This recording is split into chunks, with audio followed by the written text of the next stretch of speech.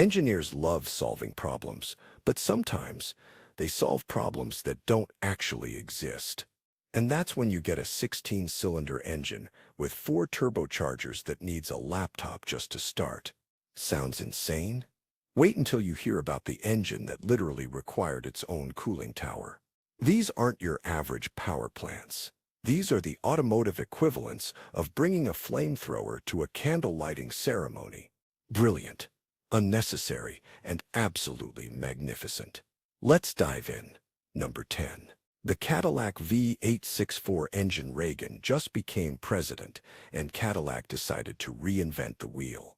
Except they didn't reinvent it. They just made it unnecessarily complicated. The V864 was supposed to be revolutionary. An engine that could deactivate cylinders based on demand. Need power, all 8 cylinders fire. Cruising, it shuts down to 6. Coasting, 4 cylinders. Fuel crisis solved. Right? Wrong. The technology wasn't ready. The engine's computer, primitive even by 1980s standards, couldn't keep up. Cylinders deactivated at random. The car lurched. It stuttered.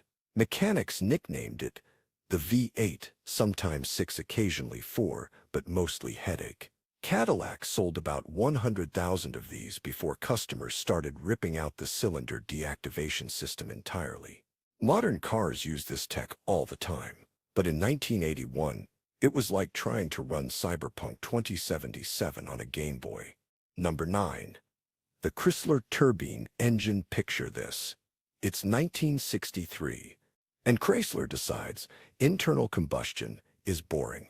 Why deal with pistons when you can put a literal jet engine in a car? They built 55 turbine cars and let regular people test drive them. These weren't concept cars hidden in museums. These were on the streets, in driveways. And they were wild. The engine could run on diesel, gasoline, kerosene, or even Chanel No. 5. If you were feeling fancy. The Mexican president reportedly ran his on tequila. Not a joke. So what went wrong? Everything. The turbine took forever to spool up. So you'd step on the gas, and nothing would happen for 3 seconds. Terrible for traffic. It also shot 200-degree exhaust out the back. Perfect for melting the car behind you at a stoplight. And the fuel economy?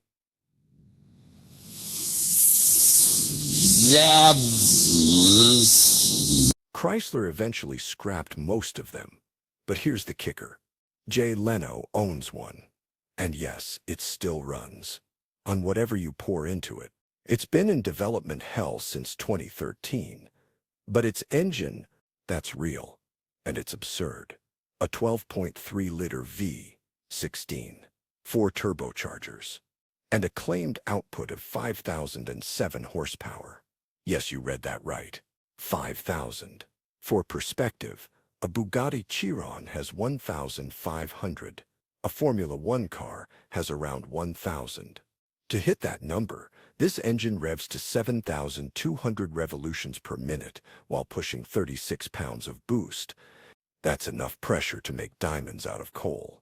Each cylinder produces more power than an entire Honda Civic engine. The problem. But they keep breaking. Shocking. I know. Turns out, when you try to make a street-legal rocket ship, physics starts sending you strongly worded letters. There's supposedly a detuned version with only 2,000 horsepower. Only because apparently 2,000 horses is the sensible option. The Napier Deltic diesel. Most engines have pistons that go up and down. The Napier Deltic said, what if they went sideways and also formed a triangle? This thing looks like an Escher painting had a baby with a mechanical nightmare. They face each other, and all 6 pistons share 3 crankshafts arranged in a triangle. Why? Because British engineers in the 1950s were apparently trying to win a bet about who could make the most confusing engine diagram. The Deltic was designed for torpedo boats and locomotives. It produced insane power for its size. A 9-cylinder version put out 2,500 horsepower from just 18 pistons arranged in this demonic geometry. Maintenance was a nightmare. To change a piston, you basically had to disassemble half the engine. And the noise. Imagine a cement mixer full of wrenches falling down a staircase. That's the Deltic at idle. But it worked. British Rail used them for decades. Which means somewhere, a train conductor looked at this mechanical Rubik's Cube and said, yeah, seems fine. Number 6. The Bugatti W16. Volkswagen bought Bugatti in 1998 and immediately asked, how do we make the most complicated engine possible while technically staying street legal? The answer: take two V8 engines, mash them together, add 4 turbochargers, and hope it doesn't achieve sentience. The W16 isn't actually a W, it's 2 narrow-angle V8 searing a crankshaft. 16 cylinders, 4 camshafts, 64 valves, and in the Charon Supersport, it makes 1,600 horsepower. But here's where it gets stupid. This engine has 10 radiators. 10. 3 for the engine coolant, 1 for the oil, 1 for the transmission, 1 for the differential. Oh, and it has 2 fuel pumps because 1 isn't enough when you're burning fuel faster than a small airport. At full throttle, the Chiron drains its 26-gallon tank in 9 minutes. That's 173 miles per hour worth of fuel consumption. The maintenance? Bugatti recommends an oil change every year. Cost: around $25,000. Not because the oil is expensive, because they have to remove the rear fascia, drop the engine, and basically rebuild half the car just to access the drain plug. Over-engineered?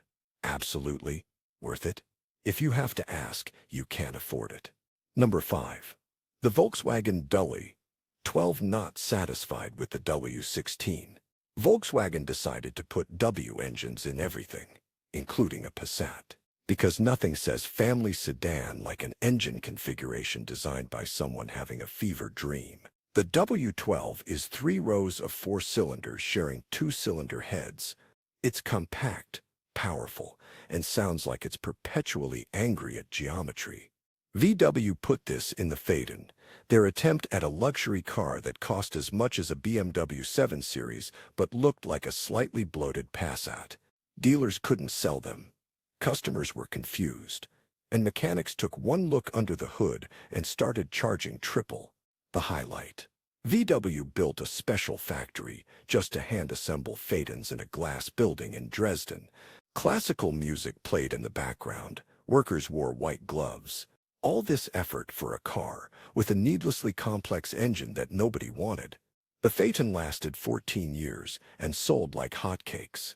If hotcakes were expensive, complicated, and nobody wanted to buy them. Number 4. The Mazda 13 Biru. Rotary Mazda looked at the entire automotive industry and said, what if we made an engine with no pistons, flooded it with fuel, and made it scream like a banshee? Instead of pistons, you've got triangular rotors spinning in an oval chamber. It's like someone explained how engines work while having a stroke. But Mazda went further. They twin-turbocharged it.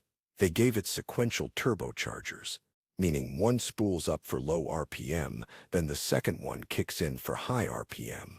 Because regular turbo lag wasn't complicated enough, this thing revs to 9,000 revolutions per minute without breaking a sweat. It's tiny, about the size of a microwave, and it produces 280 horsepower from just 1.3 liters. For context, that's better power density than most supercars. The problems? Oh boy! The apex seals, the tiny metal strips that seal the rotor chambers, pour out faster than a pencil eraser in the hands of a nervous student. By design, you have to top off the oil every few tanks of gas. And the fuel economy. Let's just say if gas stations had frequent flyer programs, RIX 7 owners would have platinum status. But none of that matters. Because when you hit 7,000 revolutions per minute and the second turbo kicks in, it feels like getting rear-ended by a rocket. That's the rotary experience. Expensive, complicated, and absolutely worth it. Number 3. The Koenigsegg Gemera's tiny giant engine. Christian von Koenigsegg woke up one day and decided to break physics. Again, the Gemera is a four-seat hypercar with a 2.0-liter three-cylinder engine. You're thinking, that's not impressive. My Honda Civic has more cylinders, and you'd be right. Until I tell you, it makes 600 horsepower from three cylinders. That's 200 horsepower per cylinder. Most engines make around 50. How? Koenigsegg gave it a turbocharger the size of a basketball. They added something called free valve technology, which eliminates camshafts entirely and uses pneumatic actuators to control each valve independently. Then they threw in 3 electric motors for good luck, bringing total system output to 1,700 horsepower. This thing can run on E85 ethanol, which burns cooler and allows more boost. The engine redlines at 8,500 revolutions per minute. For a three-cylinder, that's higher than most V8s say. The engineering is so complex that Koenigsegg built a separate company just to develop the free valve system. Possibly both. Number 2. The Porsche 919 Hybrid's triple power unit. The Porsche 919 Hybrid wasn't just a race car. It was a mobile science experiment that happened to win Le Mans 3 times in a row. Here's the setup. A 2.0-liter V4 turbo engine making 500 horsepower. Fine, normal race car stuff. But then Porsche added 2 separate hybrid systems. One system recovered energy from the exhaust using a turbine. Yes, a turbine. In the exhaust, the second system recovered energy from the brakes. Both fed a lithium-ion battery pack that powered an electric motor on the front axle. Total output, around 900 horsepower. At Le Mans, the 919 achieved 25 miles per gallon. While racing, at 200 miles per hour, that's better fuel economy than most family SUVs. The engineering challenge? Making sure the engine, the exhaust turbine, the brake recovery system, and the electric motor all work together without exploding. The computer systems managing this were more complex than some spacecraft. Porsche eventually retired the 919 from racing, but they couldn't let it go. So they removed all the racing restrictions and created the 919 Hybrid Evo. It lapped the Nürburgring faster than any car in history. 5 minutes and 19 seconds. That record still stands. Over-engineered? Maybe. But it's the kind of engineering that makes you believe humanity might actually be okay. Number 1. The BRM H16. We've reached the final boss of over-engineering. The engine's so complicated, so absolutely bonkers, that it nearly bankrupted British racing. It's essentially 2 flat-8 engines stacked on top of each other. 32 valves, 4 camshafts, 8 cylinders up top, 8 cylinders on the bottom, all connected to a single crankshaft. It was built for Formula One in the 1960s, and it was a disaster. The engine produced around 420 horsepower, which sounds good until you realize it weighed 584 pounds. That's more than 2 modern FAV1 engines combined. The thing was so tall, drivers could barely see over it, but the real nightmare was reliability.